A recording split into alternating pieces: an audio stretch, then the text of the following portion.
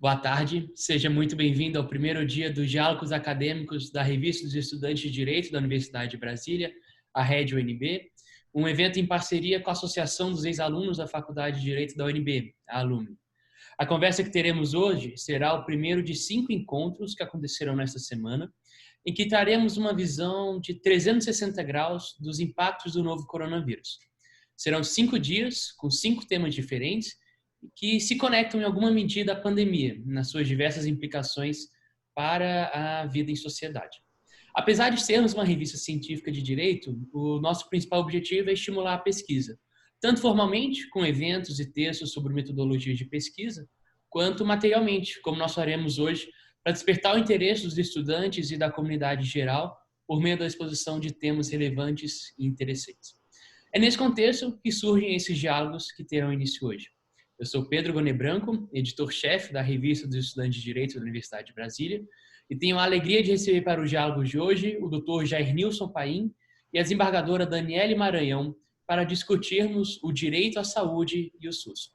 O Dr. Jair Nilson Silva Paim graduou-se em Medicina pela Universidade Federal da Bahia, onde também realizou seu mestrado em Medicina. Em 2007, concluiu o doutorado em Saúde Pública pela mesma Universidade Federal da Bahia. Desde 1974, é professor da Universidade Federal da Bahia e se destacou como um dos principais expoentes brasileiros em saúde pública e no SUS. É também uma das lideranças do movimento da reforma sanitária brasileira. Professor Jair Nilson Paim, muito obrigado pela presença. Obrigado, Pedro. É um prazer estar aqui com esse diálogo. Está também conosco a doutora Daniele Maranhão Costa, que é desembargadora federal do Tribunal Regional Federal da Primeira Região. Doutora Daniele graduou-se em Direito pela Universidade de Brasília, onde também realizou seu mestrado na área de Direito, Estado e Constituição. Atua na magistratura federal há 27 anos e iniciou a sua carreira como juíza federal na seção judiciária de Minas Gerais. Foi professora voluntária na Universidade de Brasília, na área de Direito Internacional. Professora, muito obrigado pela sua presença. É um prazer muito grande, Pedro, estar aqui com todos vocês, em especial num debate tão contemporâneo como é esse que nós vamos ter hoje. Muito obrigada. Então, vamos começar agora contextualizando, né, o cenário que estamos. O surgimento da doença do coronavírus, o Covid-19, em dezembro do ano passado, na cidade chinesa de Wuhan, provocado pelo SARS-CoV-2, que é o coronavírus, a síndrome respiratória aguda grave 2, alterou por completo a dinâmica da vida social, não só aqui no Brasil, mas em nível global. A doença, que toma o noticiário mundial dia e noite, trouxe especial atenção ao direito à saúde, uma conquista histórica consolidada na Constituição Federal de 1988. A minha primeira pergunta é dirigida à desembargadora Daniele Maranhão. Professora, o que é o direito à saúde? Como ele se desenvolveu no ordenamento jurídico brasileiro? O que ele congrega e qual a sua importância? E, evidentemente, eu faço a pergunta sabendo que estamos em um painel de tempo diminuto que não permite a discussão com a profundidade que ela eventualmente pode alcançar. Claro. O direito à saúde ele é um bem jurídico, né? Reconhecido de todos, a sociedade, a comunidade. As pessoas reconhecem o direito à saúde como um bem jurídico e a nossa Constituição traz no seu artigo 6º o direito à saúde como um direito social. Então, na qualidade de direito social, ela integra o que nós chamamos de direitos fundamentais, que são implantados por intermédio dos serviços públicos. Esses direitos fundamentais, eles vêm junto com o direito à saúde, o direito ao trabalho, o direito à moradia e educação. Mas eu reputo o direito à saúde como um dos mais importantes que são enunciados pela nossa Constituição, porque ele está diretamente ligado ao direito à vida e ao princípio da dignidade da pessoa humana. Daí a grande importância do direito à saúde e a discussão nesse momento que nós fazemos. Eu acho que você me perguntou alguma coisa com relação à questão do aspecto histórico, né? Da chegada Porque ele não existia da saúde no nosso ordenamento jurídico, né? Eu tinha me interrompido, mas no Brasil eu tenho certeza que o professor em seguida deve falar alguma coisa sobre esse aspecto histórico, mas é muito importante a gente mencionar que nós nunca tivemos nenhum tipo de regulamentação, nem do SUS, nem da legislação vinculada à saúde. Isso simplesmente se iniciou com a nossa Constituição de 88, né? Já com a chegada da vinda da corte portuguesa, no início do século XIX, nós tínhamos algumas inserções específicas com relação ao combate à lepra, à peste, algum tipo de controle sanitário, então nada regulamentado, apenas inserções administrativas, e lá por volta de 1870 até 30, mais ou menos, 1930, a gente teve um modelo chamado campanhista também, que eram só campanhas de vacinações, guerras por vacinações, mas nesse momento o único acréscimo que se fez foi a erradicação da febre amarela, né, no Rio de Janeiro. Então, assim, nós passamos a passos muito lentos. Com a década de 30, mais ou menos, se passa a realizar algumas ações curativas, cria-se os IAPs, e mesmo assim o alcance da Previdência Social ela se dava tão somente àqueles trabalhadores com carteira assinada que trabalhavam na cidade, né? Então, o grande contingente da população brasileira ele continuava não integrado ao sistema de saúde, continuava excluído. Então, ainda também naquele período militar, a gente começa a ter outros embriões e outras discussões. Então, quando nós chegamos no momento da Assembleia Constituinte, é que se deu a criação do Sistema Único de Saúde, que nós chamamos de SUS, estabelecido pelo artigo 196, e que diz que a saúde é direito de todos e dever do Estado. E com isso ele passa a esclarecer e explicar como que ele vai se dar, instituindo um acesso universal e igualitário às ações, quer dizer, de maneira que todos aqueles brasileiros, independentemente de terem ou não terem vínculo empregatício, ele passa a ser titular do direito à saúde. Então, a gente finaliza, né, dizendo que apenas com a chegada da Constituição de 88 é que nós tivemos uma normatização do sistema de saúde brasileiro. Tarde, né? Mas, enfim, como a professora Daniele disse, com a Constituição de 88 foi elevado a nível nacional e universal para todos os brasileiros. E o professor Jair Nilson Paim se destaca no estudo de políticas públicas de saúde e, em especial, pelo Sistema Único de Saúde, o SUS, que é reconhecido internacionalmente. Eu, por exemplo, tive a oportunidade de estudar na Universidade da Califórnia, em Berkeley, há um ano, e fiquei impressionado com o fato de que muitos colegas americanos e europeus conheciam o nosso sistema de saúde, não só conheciam, como admiravam. Comentavam, nossa, é infinitamente melhor do que o Obamacare, que aqui já é muito questionado e as pessoas reclamam e outros elogiam e o SUS não chega aos pés dele. Então, professor, eu queria que o senhor falasse um pouco da história e, completando o que a professora Daniele falou, da conquista do SUS e o papel que o SUS desempenha na sociedade de modo geral, no dia a dia das pessoas. Pois não, Pedro. Eu acho que a professora Daniele já marcou bem que é exatamente a promulgação da nossa Constituição Cidadã em 1988, que é a grande referência para a consideração do direito à saúde no Brasil e, posteriormente, na legislação infraconstitucional. Mas, como você adiantou inicialmente da importância que tem a pesquisa para a área de direito, como para a área da saúde, todas as áreas sociais, humanas, físicas, biológicas, é importante também destacar que várias pesquisas têm sido feitas no Brasil para resgatar o nascimento e o desenvolvimento das políticas públicas de saúde, particularmente o SUS.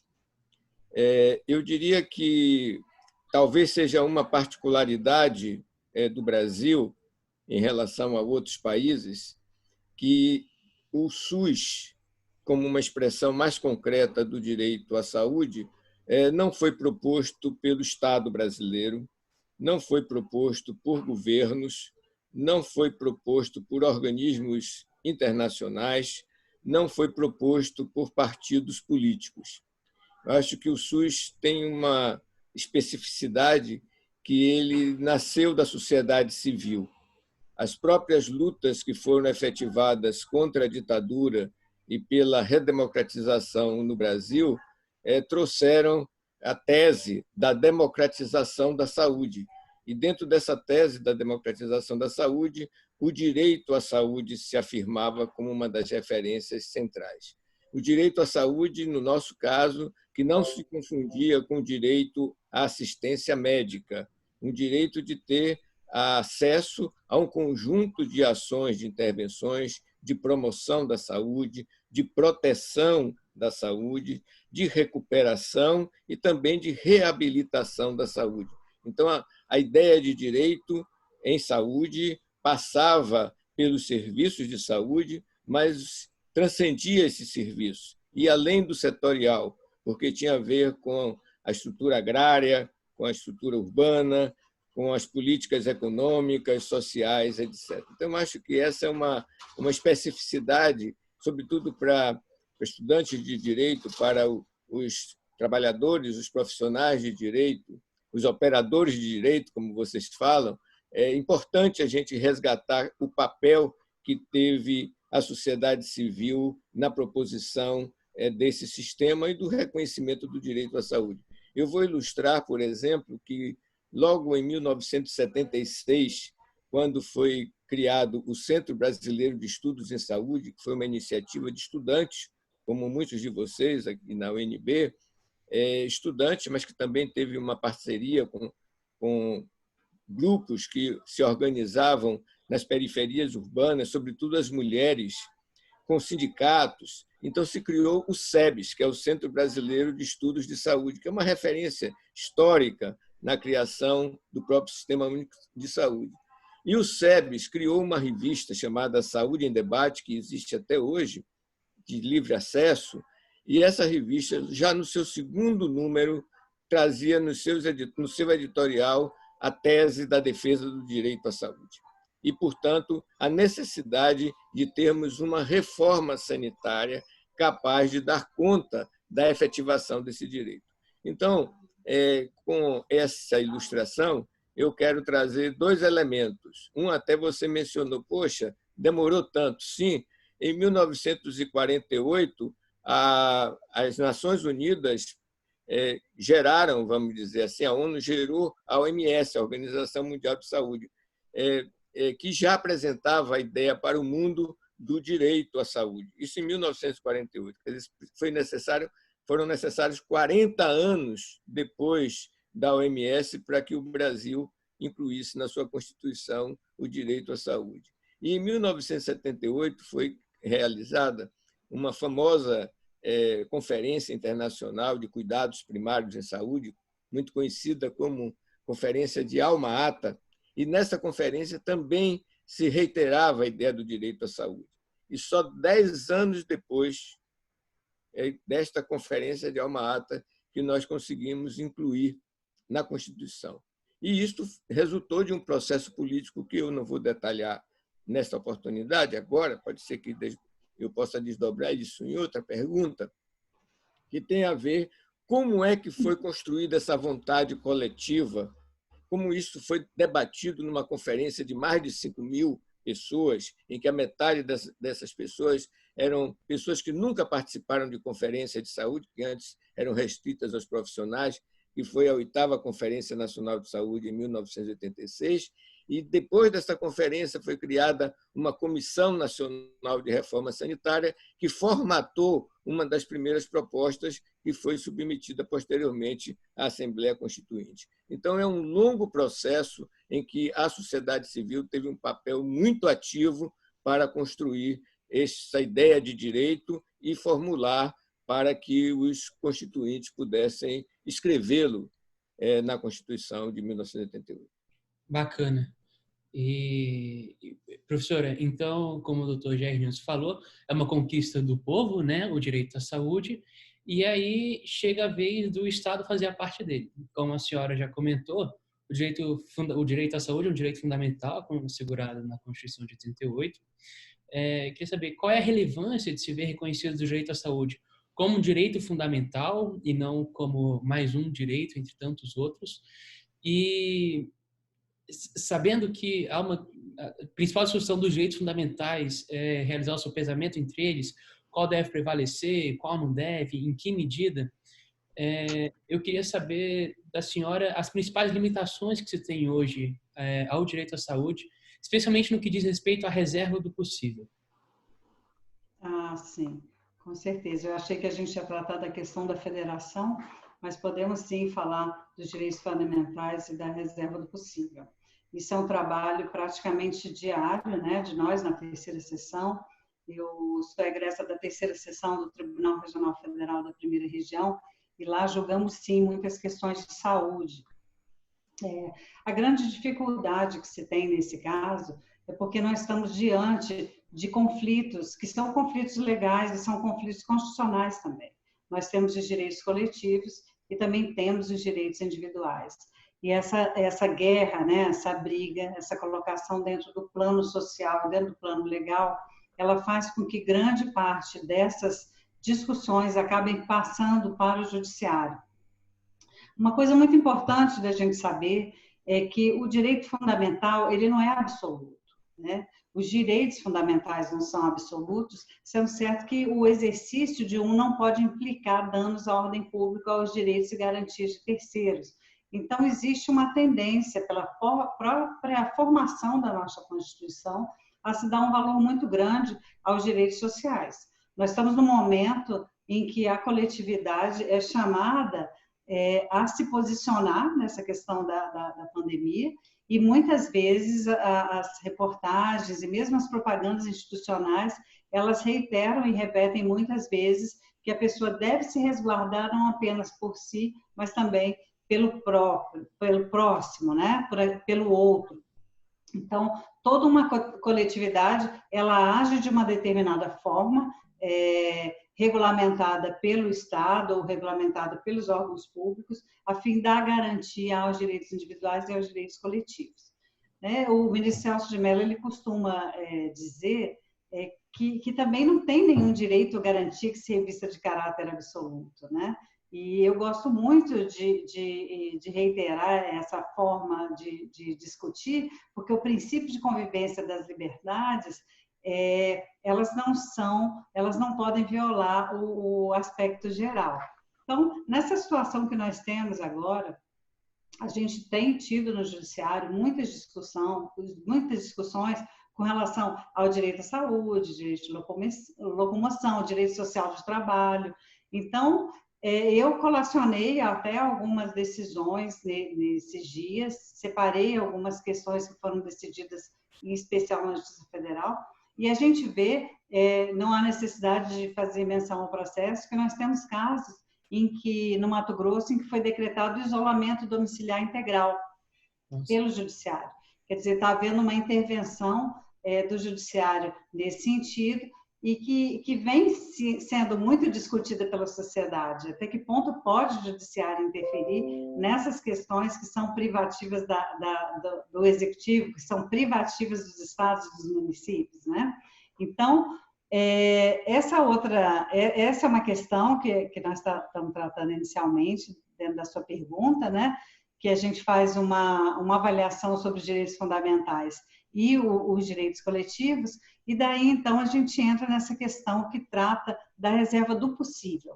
A reserva do possível, ela foi tratada, assim, com muita propriedade pelo Supremo Tribunal Federal, mesmo em questões de direito de medicamento, porque esse era o principal argumento do Executivo, no sentido de não dar cumprimento à grande maioria das determinações judiciais ou das solicitações individuais de fornecimento de medicamentos, de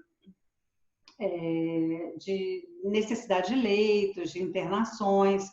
Então, a solução, a conclusão final que se deu nesse caso, e inclusive nas minhas decisões, eu posso fazer referência, porque não estou referindo especificamente a nenhum tipo de trabalho, é que a reserva do possível não pode ser aplicada nesses casos, porque acima da necessidade econômica existe uma ponderação de obrigatoriedade do cumprimento do papel do Estado, no sentido de prestar o atendimento à saúde, porque é um direito fundamental e inviolável. Essa é a conclusão que foi trazida pelas decisões do Supremo e também é a jurisprudência predominante que vem sendo observada nos tribunais nacionais. Então, eu não sei se você gostaria de completar mais alguma coisa ou se é exatamente isso que você gostaria de saber. Excelentes pontos. Tem toda a razão nessa situação pandêmica, especialmente, né? Bom, doutor Jair Nilson, a professora Daniele já até chegou a comentar um pouco sobre o federalismo. Daqui a pouco nós perguntamos para ela especificamente sobre o federalismo no âmbito jurídico, mas trazendo isso para o senhor, uma das características principais do SUS é a sua descentralização. O senhor que é um especialista em políticas de saúde pública, quais são as melhores maneiras de se coordenar a atuação da União, dos estados, dos municípios e, evidentemente, do Distrito Federal na execução de políticas públicas de saúde? E eu só queria trazer mais uma observação. No curso de Direito Constitucional do ministro Gilmar Mendes com o professor Paulo Branco, eles sustentam que os problemas de eficácia do direito à saúde estão mais ligados à implementação de políticas públicas e manutenção de políticas que já existem do que à falta de legislação. Quer dizer, as leis já existem, mas faltam os mecanismos para a sua implementação. Eu queria que o senhor pudesse comentar algo a esse respeito. Olha só, Pedro, eu acho que um dos pontos positivos do SUS foi a própria engenharia organizacional que foi criada nesse processo, que isso não estava dado quando se propôs a ideia do direito à saúde ou do Sistema Único de Saúde. Tínhamos teses, como, por exemplo, a descentralização que você mencionou aí. Eu não me referi na resposta da pergunta anterior, mas antes mesmo da Constituição, em 1979, o SEBS apresentou a um simpósio de política nacional de saúde na Câmara dos Deputados um documento chamado A Questão Democrática na Área da Saúde. E nesse documento é que pela primeira vez surge a ideia do SUS, inclusive com a sigla, com tudo, Sistema Único de Saúde, e trazia todos os princípios e diretrizes que depois foram incorporados nos documentos posteriores. Por que eu digo isso? Porque a descentralização em si ela não é necessariamente positiva. A descentralização ela pode criar situações em que determinadas decisões sejam tomadas pelo tirano local. Então, ela não é em si democrática. Então, esse foi um processo de muita discussão.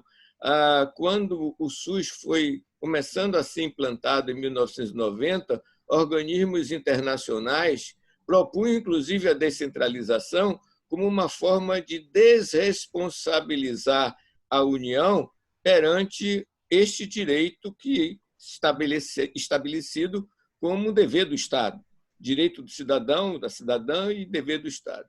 Então, eu acho que esse é um ponto que isso foi sendo construído no processo, de uma maneira que me parece mais produtiva e com uma chance de ser mais eficaz, para usar a expressão que você mencionou aí. Se bem que a eficácia tem vários sentidos, na área médica, na área de direito, na área de saúde pública, mas isso pode ficar para uma outra oportunidade.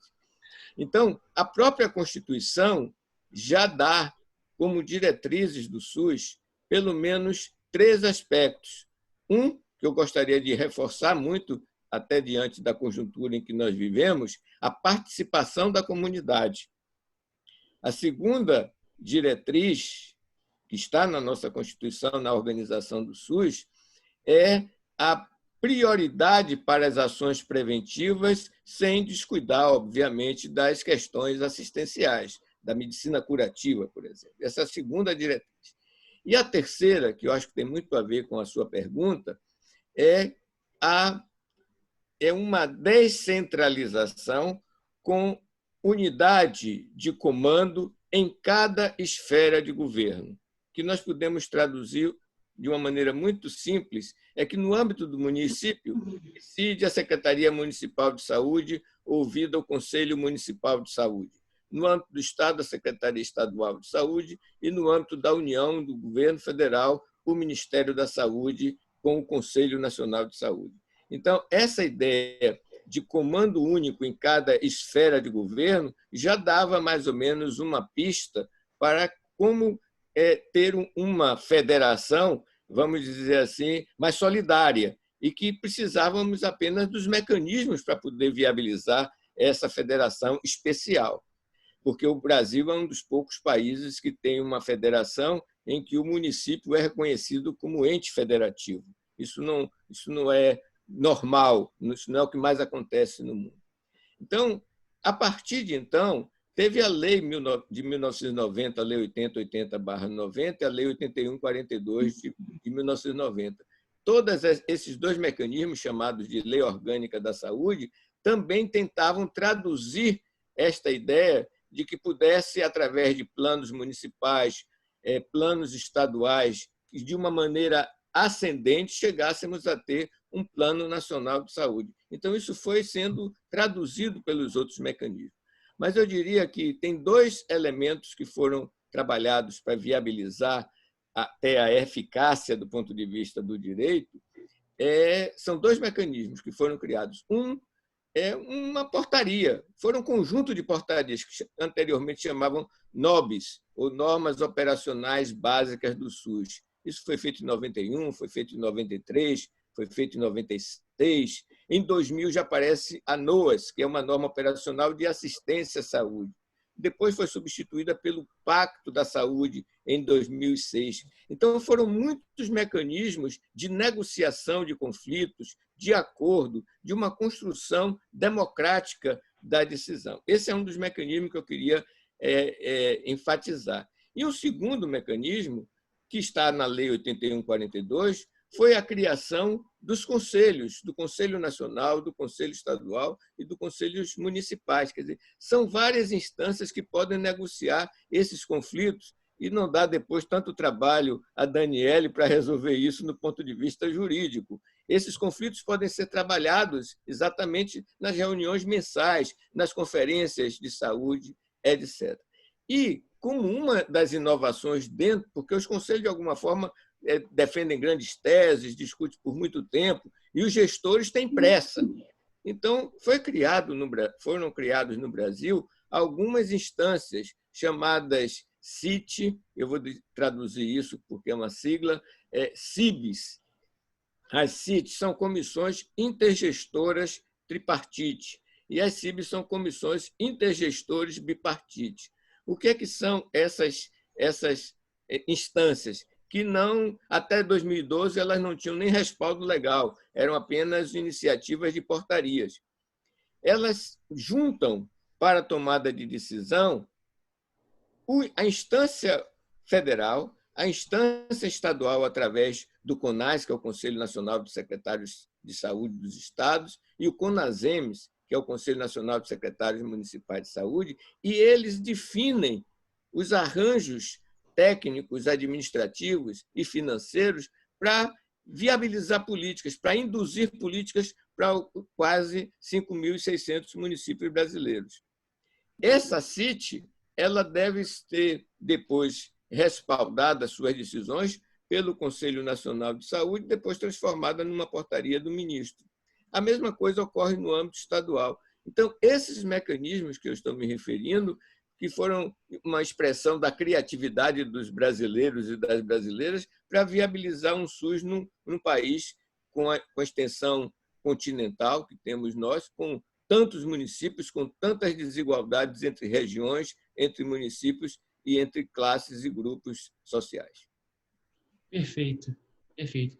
Bom, professora Daniele, se no plano da execução, na perspectiva do Dr. Paim, essa descentralização pode ser um pouco negativa por acabar tirando uma responsabilidade de uns entes federativos, no âmbito jurídico, em alguma medida pode ser positivo, porque a Constituição prevê, inclusive, a possibilidade de intervenção federal nos estados e no Distrito Federal e dos estados e da União nos municípios para assegurar a aplicação do mínimo exigido da receita resultante de impostos estaduais nas ações e serviços públicos de saúde. Também há conflitos, né, conflitos de competências sobre quem deve poder requisitar hospitais, UTIs de hospitais particulares. Há uma ação direta de constitucionalidade do Supremo no momento, questionando isso. O prefeito pode exigir que o hospital particular ceda os espaços da UTI para o SUS? Ou se o prefeito pode, o governador também pode e o ministro da Saúde também pode? Nesse contexto, quais os maiores desafios jurídicos decorrentes da responsabilidade solidária dos entes federativos e quais os limites de cada ente? Sim, essa pergunta é muito interessante, especialmente depois, né, daquilo que o professor Jailson acaba de nos contar, inclusive dessa trajetória dos conselhos, da forma como se funciona, né, toda a parte administrativa da saúde pública no Brasil. O que ocorre, pelo menos do ponto de vista constitucional, eu não sei se positivamente, aí adiro de alguma forma a crítica que foi feita pelo professor anteriormente, o artigo 23(2) da Constituição, né, ele trata dessa questão como competência comum da União, dos Estados, do Distrito Federal, dos municípios, de cuidar da saúde e assistência pública, né?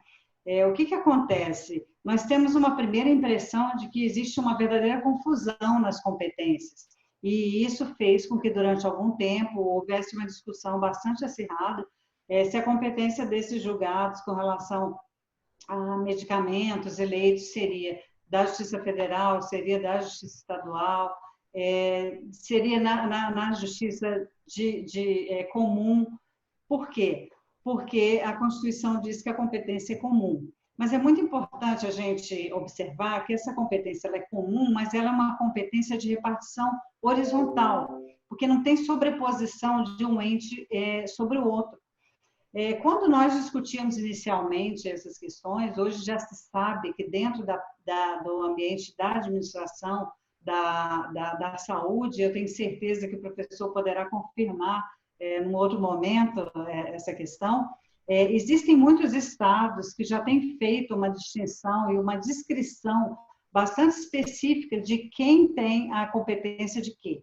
Né? Uma coisa que já foi definida, e isso seja em jurisprudência, seja no ambiente das grandes discussões, é que aqueles casos de prestação de medicamentos de alto custo, eles são da competência da União. Agora, o que ocorre nas ações? Em todas as ações em que nós temos conhecimento, em sua grande maioria, o pedido ele é direcionado aos 3 entes.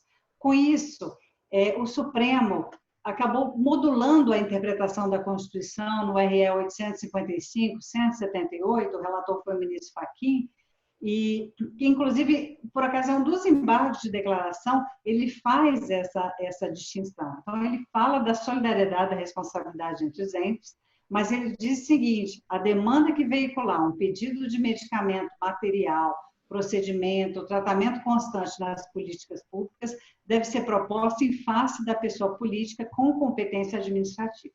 Então, ele traz uma discussão muito importante, que é a competência administrativa. Então, aquele medicamento que deve ser fornecido pela União, ele deve ser direcionado à União. No caso dessa dispensação ter sido dado pelo Estado, existe a necessidade de compensação. Né? Então, é importante a gente ver que essa divisão que a Constituição traz de solidariedade, ela é uma solidariedade que, num primeiro momento, ela causou uma dificuldade muito grande de julgados e que hoje a gente exige, ou pelo menos se propõe, em que os entes vinculados ao Sistema Único de Saúde não devem se esquivar das tarefas que lhes são atribuídas pela Constituição. Então, uma vez organizado o sistema, e é isso que então o professor estava falando anteriormente, e dividir os recursos e as responsabilidades de cada ente federativo, deve-se respeitar essa divisão, obrigando-se cada ente à consecução daquilo que se propôs. Né? Então, essa é o mote dessa individualização e a forma como o judiciário está tratando. Um outro aspecto que foi muito bem colocado por você Pedro, é que existe a possibilidade de intervenção federal nos estados e no Distrito Federal. Isso daí ressalta mais uma vez o grau de importância que o direito à saúde tem. Agora, é muito importante a gente observar que o legislador constituinte, ele diz primordialmente que a União não vai intervir. Então, a União não intervirá nos estados nem no Distrito Federal, exceto, e aí, então, ele especifica as possibilidades e prevê no artigo 34 e 35, né, esse tipo de intervenção em determinadas circunstâncias. Eu, inclusive, tenho feito pesquisas com relação a essa questão. Não conheço ainda algum caso em que a intervenção tenha sido deferida judicialmente, mas eu acho muito importante a gente fazer a referência de que essa possibilidade existe, e ela existe em especial por se notar, e a Constituição dá um relevo muito especial ao direito à saúde. Agora, estamos aguardando, né, que os estados e municípios, assim como a União, cumpra com a obrigação de investir na saúde aquilo que seja necessário para que nós não tenhamos essas dificuldades no sistema SUS, que hoje se constitui numa situação extremamente caótica, que exige do judiciário uma posição muito mais interventiva do que eu, dentro do meu ponto de vista, entendo que seria necessário. Essa é a minha opinião, né, sobre a questão, e eu acho que as considerações do professor anteriormente, elas complementam, né, quer dizer, eu consigo complementar aquilo que ele disse anteriormente. Perfeito, perfeito. Bom, professor, voltando agora ao senhor, e também ao papel do SUS no ponto de vista mais prático. Quanto às questões envolvendo o SUS e o coronavírus, aqui em Brasília, por exemplo, há um hospital público, o Agarram, que passou a atender exclusivamente pacientes vítimas da Covid-19. E tem a exceção de vítimas de queimaduras. Eu queria que o senhor falasse um pouco da importância do SUS nesse contexto pandêmico, que está se mostrando excepcional, né? E também, eventualmente, se encontrar relevância, falar sobre os hospitais de campanha para o combate ao coronavírus. É interessante, quando eu ensinava por muito tempo na Faculdade de Medicina da Universidade Federal do Bahia, é a faculdade mais antiga do Brasil, consta de que foi até o Dom João VI, que na passagem para o Rio chegou e inaugurou a nossa faculdade. Eu ensinei lá por mais de 2 décadas. E meus estudantes de medicina geralmente diziam: mas, professor, o SUS é muito bonito no papel, mas na prática é outra coisa. E eu costumava sempre responder de que aquilo que na teoria é uma coisa boa e na prática é outra, alguma coisa estava errada, e provavelmente até a teoria. Então, eu não considero, do ponto de vista de políticas públicas, que é a minha área de trabalhar com saúde, que o SUS pôde, efetivamente, nos seus 32 anos, efetivamente mostrar a que veio, ou ao que deveria ter chegado. E eu vou explicar daqui a pouco. Apesar de várias conquistas que as trabalhadoras e trabalhadores de saúde realizaram com o SUS e através do SUS, isso a gente pode até enumerar depois: imunização, mortalidade infantil, aumento da expectativa de vida, várias conquistas. Fica isso entre parênteses. Apesar disso, o SUS ele tem uma dimensão que nem sempre é visível, não é tão disponível ao nosso olhar, que eu chamaria de questões estruturais, que foram conformando e deformando o SUS ao longo do tempo. O SUS foi pensado na perspectiva de um sistema público, universal, descentralizado e democrático. O SUS, quando foi criado, não impedia que houvesse iniciativa privada na área da saúde, mas, da maneira com que as forças econômicas e sociais que interferem na própria organização econômica da sociedade e que vão refletir no processo de decisão política do Estado especialmente no executivo e no legislativo, foram deformando a potencialidade que o SUS teria para chegar mais a essa eficácia do direito à saúde. Eu quero me referir a alguns pontos, uns que são mais debatidos, por exemplo, a questão do subfinanciamento crônico ao SUS. Nenhum país do mundo que tenha na sua Constituição ou na sua política pública a ideia de um sistema universal em saúde investe menos da metade dos gastos na área pública. Geralmente é 70%, 80%, 90% do gasto em saúde é de origem pública. Nós conseguimos aqui no Brasil ter uma situação tão esdrúxula que um país que você mencionou antes, com o Obamacare, que nunca pretendeu ter um sistema de saúde universal e sempre optou pelo mercado para resolver a questão da saúde, transformando a saúde numa mercadoria, mesmo os Estados Unidos têm um gasto público superior ao Brasil. Então, esta questão do financiamento, do subfinanciamento crônico, que isto não chega para o usuário do SUS de uma forma clara, é central naquilo que eu estou chamando de dimensão estrutural. O segundo componente que eu acho muito importante destacar é a forma com que o próprio Estado se relacionou com os trabalhadores da saúde.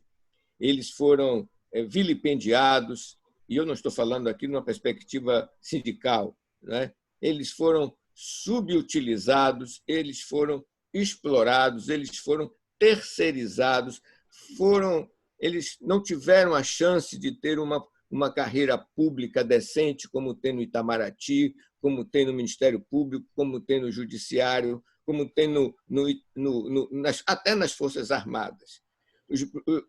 Os trabalhadores não têm segurança. Vocês estão vendo hoje que muitos desses trabalhadores que mais estão morrendo, não é, ou adoecendo pela Covid são trabalhadores terceirizados. Tem uns que foram contratados há um mês atrás, há 2 meses atrás, sem nenhuma perspectiva mais de progressão. Então, esse é o segundo elemento que eu chamo muito a atenção.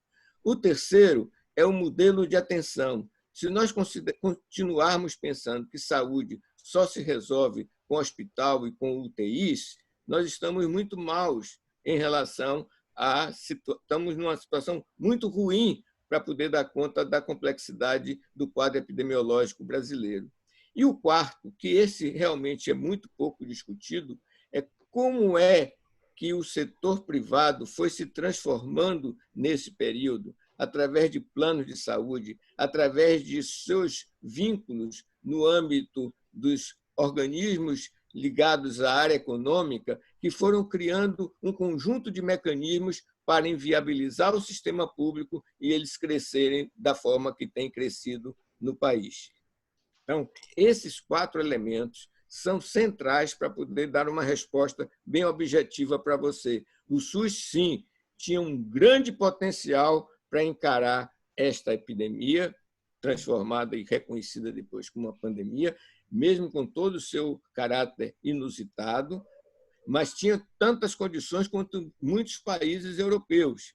Só que, da maneira com que o SUS foi descaracterizado, desconstruído, especialmente nos últimos 5 anos, isso nos deixou de uma forma muito fragilizada para enfrentar esse grande desafio.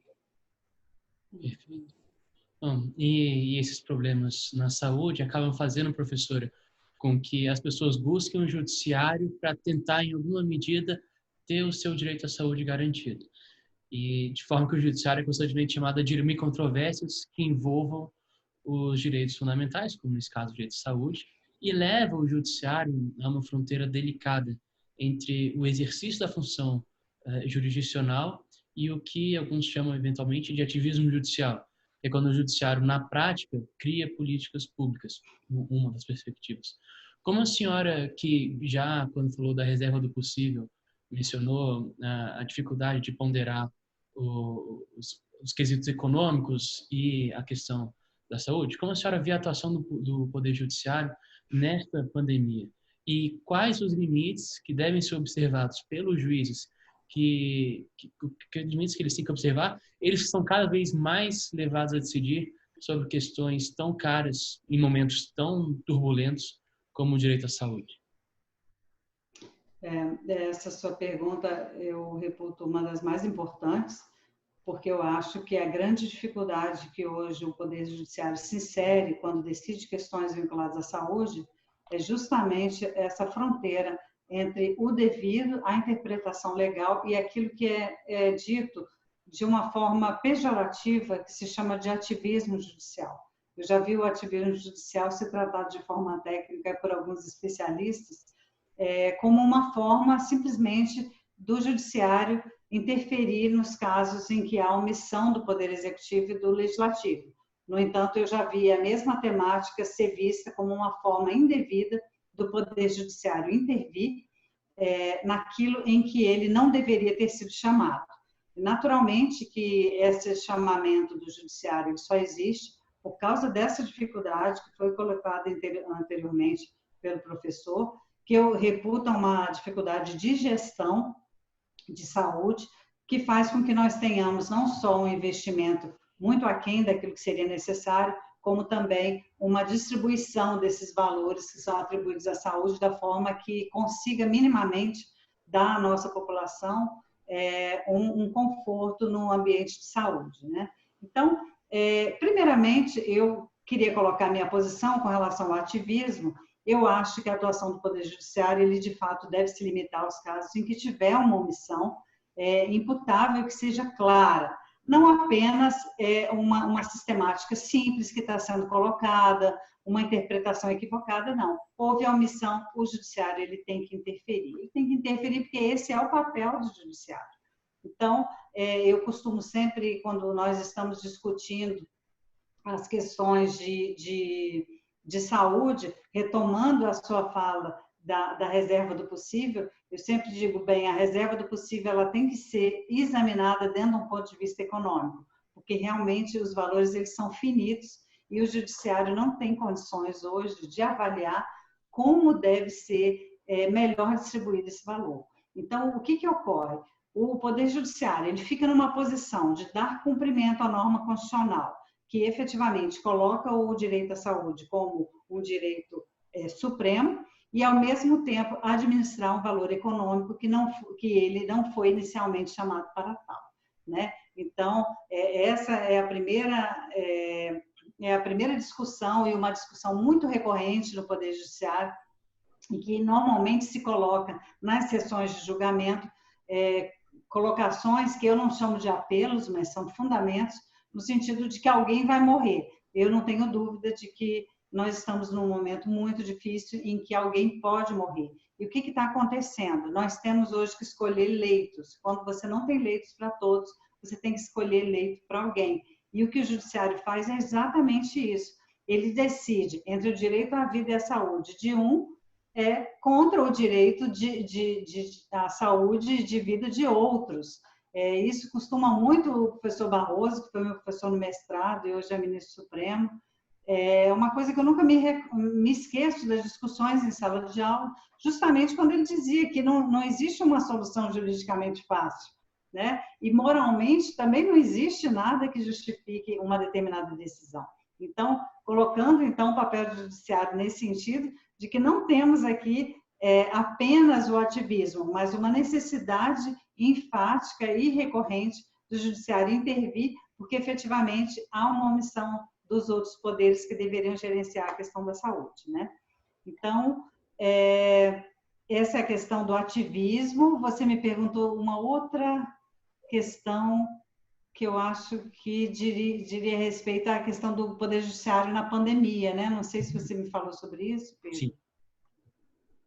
O que nós estamos vendo hoje é exatamente decisões judiciais, tanto nas justiças estaduais como nas justiças federais, nesse sentido. Eu me recordo de alguém que me perguntou sobre as obrigatoriedades dos sistemas privados de saúde de fazerem o teste de Covid Isso daí foi fartamente decidido, discutido, aliás, e foi entendido que sim, que a grande maioria das empresas privadas de saúde deveriam sim fazer os testes de Covid. No entanto, existiu uma discussão de que não, de que elas deveriam apenas fazer os testes que estavam previamente fixados em contrato. Por que eu estou trazendo essa questão? Embora não seja atinente à Justiça Federal, ela é uma questão que deve naturalmente ser decidida na Justiça Estadual, para demonstrar que nesse momento de pandemia, as decisões da magistratura brasileira, elas não são decisões estanques, elas não se baseiam apenas no direito contratual, por exemplo, né? O contrato que havia sido firmado entre o particular e a sua empresa de saúde, entre o seu convênio de saúde, nesse momento, ele tem uma dilatação para um lado ou para o outro, porque nós estamos diante de uma constrição social muito grande.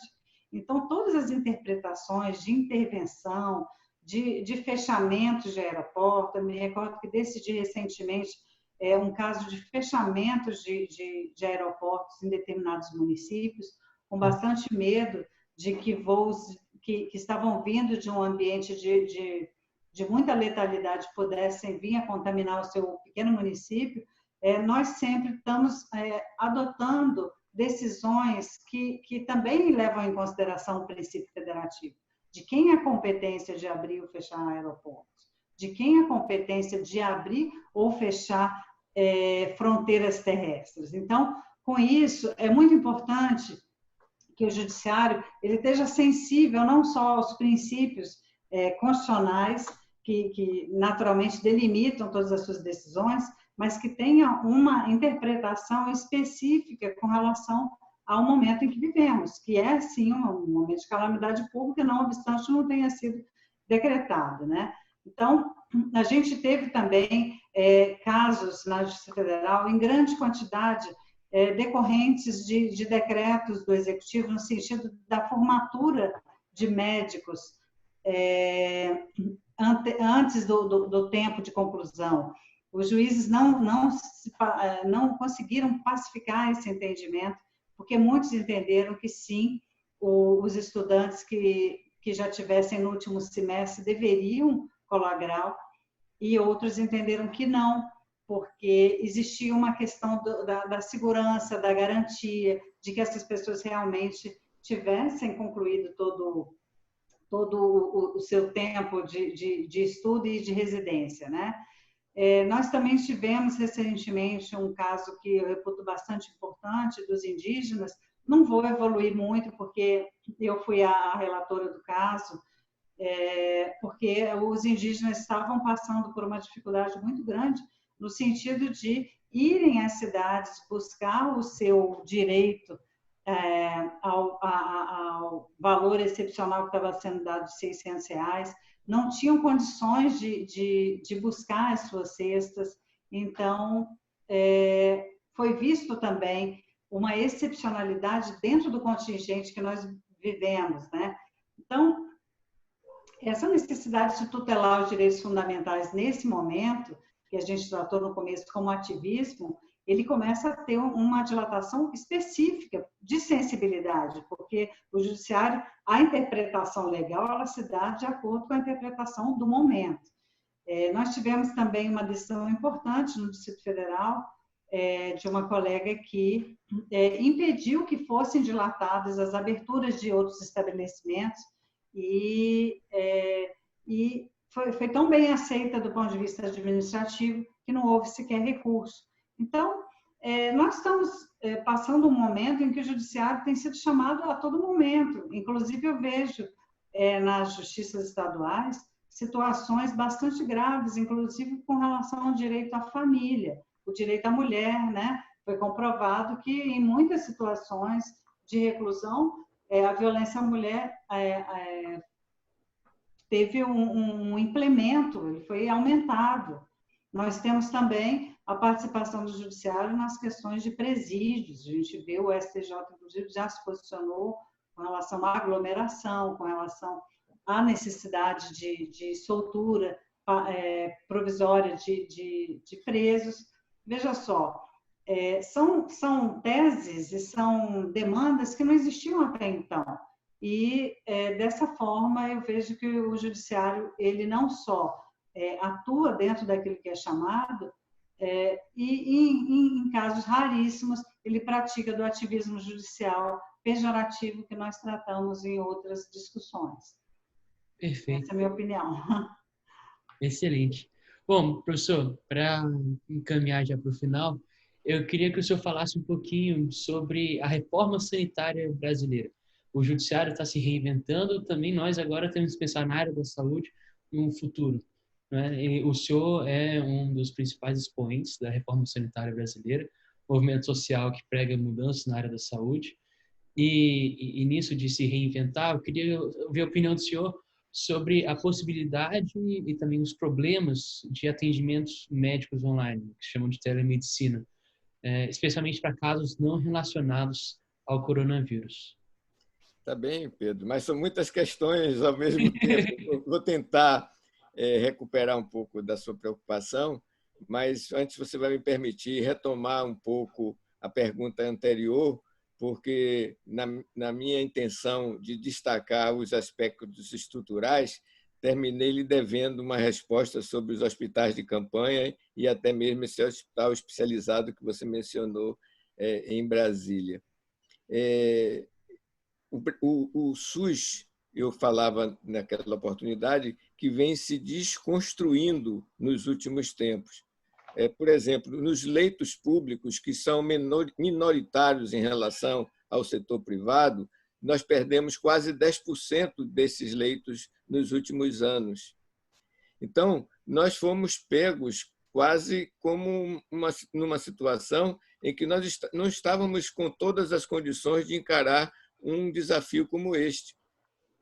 Nós, além do subfinanciamento crônico que eu mencionava, nós passamos a ter um desfinanciamento, sobretudo a partir da emenda constitucional de 95 de 2016. Então, nós passamos a ter dificuldades muito grandes para poder manter o sistema.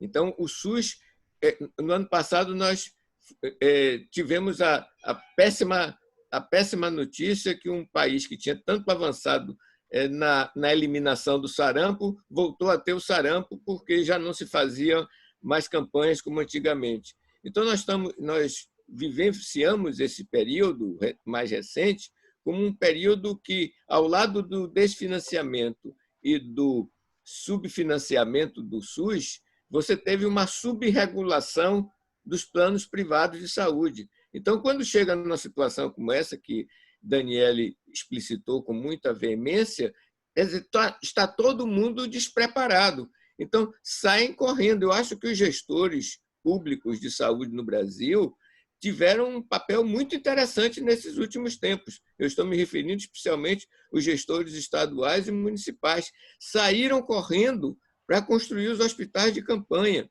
Muitos locais, Salvador, por exemplo, ainda tem um certo grau de mobilidade para atender pessoas, porque o governo municipal e o governo estadual juntos, apesar de terem posições partidárias diversas, diferentes, conseguiu unificar a ação nesse momento.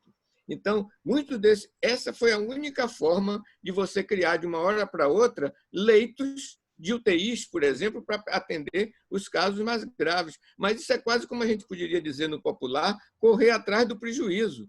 Quer dizer, se nós tivéssemos construído um SUS tal como foi projetado, tal como foi concebido pela reforma sanitária e tal como foi assegurado pela Constituição e pelas leis, nós não estaríamos numa situação confortável, obviamente, mas estaríamos numa situação muito mais positiva para encarar este quadro que nós estamos tendo hoje do que este quase improviso que nós estamos sendo forçados a realizar.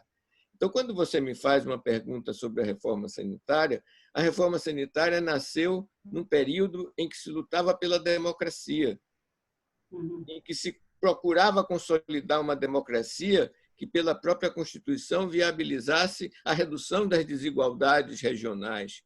Quando essas questões, como as que vivemos hoje, eu digo isso com um certo pesar, não é?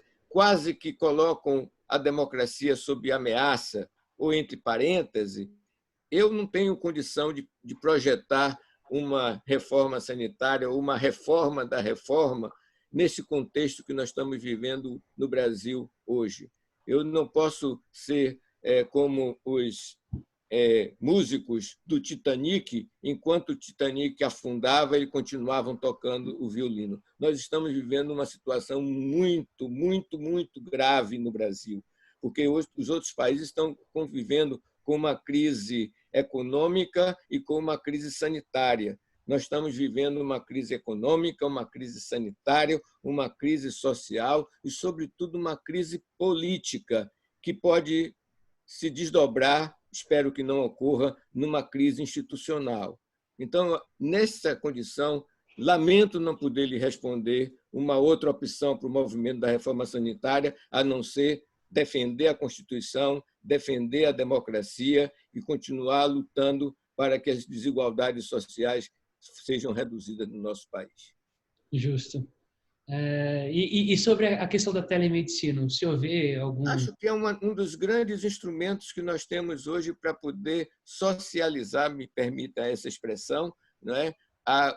As conquistas que a ciência, as ciências da saúde, as tecnologias, e entre elas essa inovação, nos estão disponibilizando para um país de tanta extensão. Se fala muito em telemedicina, mas nós temos dentro do SUS, já há alguns anos, o telesaúde, que é exatamente o mesmo princípio para poder você viabilizar que equipes de atenção primária, equipes de saúde da família, possam consultar especialistas, possam receber orientações dos epidemiologistas, dos sanitaristas. Isso já existe no SUS, só que essa é entre outras coisas que não se divulga muito. Então, eu vejo com muito bons olhos a possibilidade de você expandir essas inovações, essas tecnologias que hoje estão disponíveis para o SUS. Bacana. Bom, professora, professor, os senhores têm mais algum ponto que gostariam de acrescentar? Alguma mensagem que gostariam de passar? Uma pergunta para fazer um para o outro? Eu gostaria, né, de finalizar minha fala para dizer que adorei esse encontro, até porque eu acho que essa junção do tecnicismo com o judiciário não é o caminho, mas pode ser um caminho, considerando que o judiciário, a cada dia, ele é cada vez mais chamado a se pronunciar, e como fala o professor, né, se pronunciar em dar cumprimento à Constituição e aos direitos sociais, nada mais útil que se fazer com a presença dos técnicos, dos pesquisadores e daquelas pessoas que, enfim, estão administrando o sistema de saúde. Então, quando eu faço as minhas ponderações, seja em sessão ou nos meus votos, essa ponderação é muito importante, a necessidade da perícia, a necessidade de se ouvir a outra parte, a necessidade de se ver o que está sendo feito, porque muitas vezes uma decisão isolada, ela tem, não obstante seja em cumprimento e interpretação às normas e à Constituição, ela pode provocar uma devastação muito grande em cima de um projeto que já estava sendo coordenado. Então, todos esses grupos de reunião, seja no ambiente administrativo, jurídico, Ministério Público Federal, eles são de grande utilidade, mas eles não podem fazer esse trabalho solitário. É muito importante que haja uma conversa entre esses institutos, entre essas pessoas, para se saber o que é mais adequado. Então, a decisão isolada, e aí eu retomo, né, até a questão do ativismo, ela é nociva, embora ela não seja responsável. No momento de julgar, o juiz ele tem certeza absoluta que ele está dando cumprimento ao direito fundamental à saúde, que é um dos direitos mais caros da Constituição.